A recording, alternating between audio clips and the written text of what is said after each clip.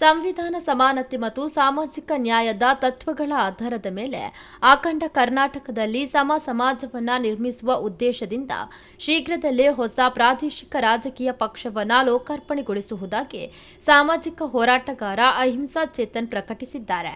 ಶನಿವಾರ ಮಂಗಳೂರಿಗೆ ಭೇಟಿ ನೀಡಿ ಮಾಧ್ಯಮದವರೊಂದಿಗೆ ಮಾತನಾಡಿದ ಅವರು, ಈಗಿನ ಸರ್ಕಾರದ ಧೋರಣೆ ಹಾಗೂ ರಾಜಕೀಯ ಬೆಳವಣಿಗೆಗಳಿಗೆ ಜನಪರ ಆಡಳಿತವೇ ಪರಿಹಾರ. ಅದಕ್ಕಾಗಿ ಜನಪರ ಹೋರಾಟಗಾರರು ಹಾಗೂ ಸಂಘಟನಾಕಾರರನ್ನು ಒಗ್ಗೂಡಿಸಿ ರಾಜ್ಯ ಮಟ್ಟದಲ್ಲಿ ಪರ್ಯಾಯ ರಾಜಕೀಯ ಶಕ್ತಿಯನ್ನ ಕಟ್ಟಲಾಗುವುದು ಎಂದರು. ಪಕ್ಷದ ಹೆಸರು ನೋಂದಣಿ ಪ್ರಕ್ರಿಯೆ ನಡೆಯುತ್ತಿದ್ದು, ಬರುವ ಜನವರಿಯಲ್ಲಿ ಹುಬ್ಬಳ್ಳಿಯಲ್ಲಿ ಬೃಹತ್ ಸಮಾವೇಶವನ್ನು ನಡೆಸಿ ಪಕ್ಷವನ್ನು ಅಧಿಕೃತವಾಗಿ ಲೋಕಾರ್ಪಣೆಗೊಳಿಸಲು ಸಿದ್ಧತೆಯನ್ನ ನಡೆಸಲಾಗಿದೆ. ಪಕ್ಷ ಸಂಘಟನೆಗಾಗಿ ದಕ್ಷಿಣ ಕನ್ನಡ, ಉಡುಪಿ ಸೇರಿದಂತೆ ರಾಜ್ಯಾದ್ಯಂತ ಪ್ರವಾಸವನ್ನ ಕೈಗೊಳ್ಳಲಾಗುತ್ತಿದೆ ಎಂದರು. ಉಪೇಂದ್ರ ಅವರ ಪ್ರಜಾಕೀಯ ಪಕ್ಷ ಪ್ರಾಮಾಣಿಕ ಪ್ರಯತ್ನವನ್ನ ಮಾಡುತ್ತಿರಬಹುದು, ಆದರೆ ಅವರಿಗೆ ಸಮಾಜದ ಸಮಸ್ಯೆಗಳ ಬಗ್ಗೆ ಹಾಗೂ ಅವರು ಪ್ರತಿಪಾದಿಸುವ ಸಿದ್ಧಾಂತದ ಬಗ್ಗೆ ಎಷ್ಟು ಸ್ಪಷ್ಟತೆ ಇದೆ ಎಂಬುದು ನನಗಂತೂ ಅರ್ಥವಾಗಿಲ್ಲ ಎಂದರು. ಅಭಿವೃದ್ಧಿ ಹೆಸರಿನಲ್ಲಿ ರೈತರ ಭೂಮಿಯನ್ನ ಕಸಿದುಕೊಳ್ಳುವ ಬಿಡದಿ ಟೌನ್ಶಿಪ್ ಯೋಜನೆ ತಪ್ಪಾಗಿದೆ. ಕೇವಲ ಬೆಂಗಳೂರನ್ನ ಮಾತ್ರ ಬೆಳೆಸಿ ಕರಾವಳಿ, ಉತ್ತರ ಕರ್ನಾಟಕ, ಕಲ್ಯಾಣ ಕರ್ನಾಟಕ ಹಾಗೂ ಹಳೆ ಮೈಸೂರು ಭಾಗಗಳನ್ನು ನಿರ್ಲಕ್ಷಿಸುವುದು ಸರಿಯಲ್ಲ ಎಂದು ಆಕ್ರೋಶವನ್ನ ವ್ಯಕ್ತಪಡಿಸಿದರು. ಮಹಿಳಾ ಮೀಸಲಾತಿ ಸ್ವಾಗತಾರ್ಹ, ಆದರೆ ರಾಜ್ಯ ಕಾಂಗ್ರೆಸ್ ಸರ್ಕಾರದಲ್ಲಿ ಒಬ್ಬ ಮಹಿಳೆಗೂ ಸ್ಥಾನಮಾನವನ್ನು ನೀಡಿಲ್ಲ.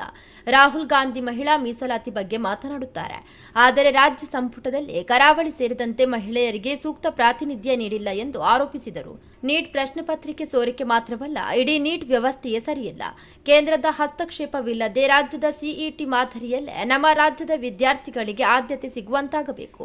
ಕೆಪಿಎಸ್ಸಿ ಅಕ್ರಮಗಳ ವಿರುದ್ಧ ಹಾಗೂ ರೈತರು, ದಲಿತರು, ವಿದ್ಯಾರ್ಥಿಗಳ ಹಕ್ಕುಗಳಿಗಾಗಿ ನಿರಂತರ ಹೋರಾಟ ಮುಂದುವರಿಯಲಿದೆ ಎಂದು ತಿಳಿಸಿದರು. ಏನು 12 ವರ್ಷದ ಮೋದಿ ಸರ್ಕಾರ ಮಾಡಿರೋ ಒಂದು ಭಾಳ ಒಳ್ಳೆಯ ಯೋಜನೆ ಅಂದರೆ ಮಹಿಳಾ ಮೀಸಲಾತಿ ತಂದಿರೋ ಒಂದು ಯೋಜನೆ. ಅದು ಕೂಡ ಕಾರ್ಯರೂಪಕ್ಕೆ ಬಂದಿಲ್ಲ ಸಂಪೂರ್ಣವಾಗಿ, ಅದು ಬರಬೇಕು. 33% ನಮಗೆ ಬೇಕು. ಆದರೆ ಈ ರಾಜ್ಯ ಸರ್ಕಾರ ಮತ್ತು ಏನು ಇವತ್ತು ರಾಹುಲ್ ಗಾಂಧಿಯವರು ಸ್ಟೇಟ್ಮೆಂಟ್ ಕೊಟ್ಟಿದ್ದಾರೆ, ಮಹಿಳಾ ಮೀಸಲಾತಿ ಯಾವುದೇ ಒಂದು ರೀತಿ ಅಡೆತಡೆಯಿಂದ ನೀವು ಕಾರ್ಯರೂಪಕ್ಕೆ ತರಬೇಕು ಅಂತ ನೀವು ಹೇಳ್ತೀರಾ, ಆದರೆ ರಾಜ್ಯದಲ್ಲಿ ಬಂದಾಗ ಒಂದು ಮಹಿಳೆಗೂ ನೀವು ಮಿನಿಸ್ಟರ್ಶಿಪ್ ಕೊಡಲ್ವಲ್ಲ. ನೀವು ಬರೀ ನಿಮ್ಮ ಸುತ್ತಮುತ್ತ ಇರೋರು, ನಿಮ್ಮ ಪರವಾಗಿರೋರು, ನಿಮ್ಮ ಪರವಾಗಿ ಬ್ಯಾಟ್ ಪೀಸ್ ಅವ್ರಿಗೆ ಮಾತ್ರ ಕೊಡ್ತಾ ಇದ್ದರೆ ಅದು ಒಂದು ರೀತಿ ರಾಜ್ಯಕ್ಕೆ ಒಳ್ಳೆಯದಾಗಲ್ಲ, ಬಹುಶಃ ನಿಮಗೆ ಒಳ್ಳೆಯದಾಗತ್ತೆ ಅನ್ನೋ ಒಂದು ರೀತಿ ನಾವು ಮುಖ್ಯಮಂತ್ರಿಗೆ ಒಂದು ಮನವರಿಕೆ ಒಂದು ರೀತಿ ಕೇಳಬೇಕು ಅದರಲ್ಲಿ. ಸೊ ನಮಗೆ ಒಂದು ಮುಖ್ಯಮಂತ್ರಿಯವರು ಇವ್ರಿಗೆ ಒಂದು ಕೊಡಲಿಲ್ಲ, ಒಂದು ಮಹಿಳಾ ಮೀಸಲಾತಿ ಕೊಟ್ಟಿಲ್ಲ, ಒಬ್ಬರು ಮಿನಿಸ್ಟರ್ ಕೊಟ್ಟಿಲ್ಲ. ಮತ್ತು ನಮಗೆ ಇದು ಒಂದು ಈ ಕರಾವಳಿ ಭಾಗದಿಂದನೂ ಯಾರೋ ಅನೇಕರಿಗೆ ಒಬ್ರಿಗೆ ಮಾತ್ರ ಕೊಟ್ಟಿದ್ದಾರೆ ಅಂತ ನಾವು ಕೇಳ್ಪಟ್ಟಿದ್ದೀವಿ. ಮತ್ತು ಬೇರೆ ಬೇರೆ ರೀತಿಯಲ್ಲಿ ನಮಗೆ ಬರೀ ಬೆಂಗಳೂರಿಗೆ ಓವರ್ ಎಂಫಸಿಸ್ ಕೊಟ್ಟಿರ್ತಿರೋದು ನಮ್ಗೆ ಕಾಣ್ತಾ ಇದೆ. ಬೆಂಗಳೂರೇ ಅವ್ರಿಗೆ ಒಂದು ರೀತಿ ಬೆಂಗಳೂರಲ್ಲಿರೋ ವ್ಯಾಪಾರ ದೃಷ್ಟಿಕೋನದಿಂದ ನೋಡಿ ಬೆಂಗಳೂರಿಂದ ಏನು ಅವ್ರಿಗೆ ಲಾಭ ಆಗುತ್ತೆ ಅಂತ ನೋಡ್ತಾ ಇದ್ರು ಹೊರತು ಒಂದು ಅಖಂಡ ಕರ್ನಾಟಕದ ಬೆಳವಣಿಗೆ ಉದ್ದೇಶದಿಂದ ಅವ್ರು ಮಾಡ್ತಾ ಇಲ್ಲ. ಸೊ ನಮಗೆ ಬಟ್ ಅಫ್ಕೋರ್ಸ್ ಅವ್ರಿಗೆ ಬಿಟ್ಟಿದ್ದು ಅವರ ತೀರ್ಮಾನ.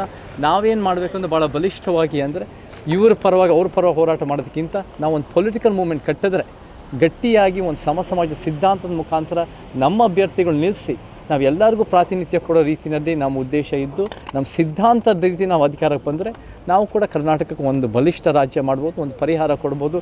ಈ ಸಮಸ್ಯೆಗಳಿಗೆ ಒಂದು ರೀತಿ ಬಗೆಹರಿಸೋಕ್ಕೆ ನಾವು ಪ್ರಾಮಾಣಿಕ ಪ್ರಯತ್ನ ಮಾಡ್ಬೋದು ಅಂತ ಹೇಳೋಕ್ಕೆ ಇಷ್ಟಪಡ್ಬೋದು.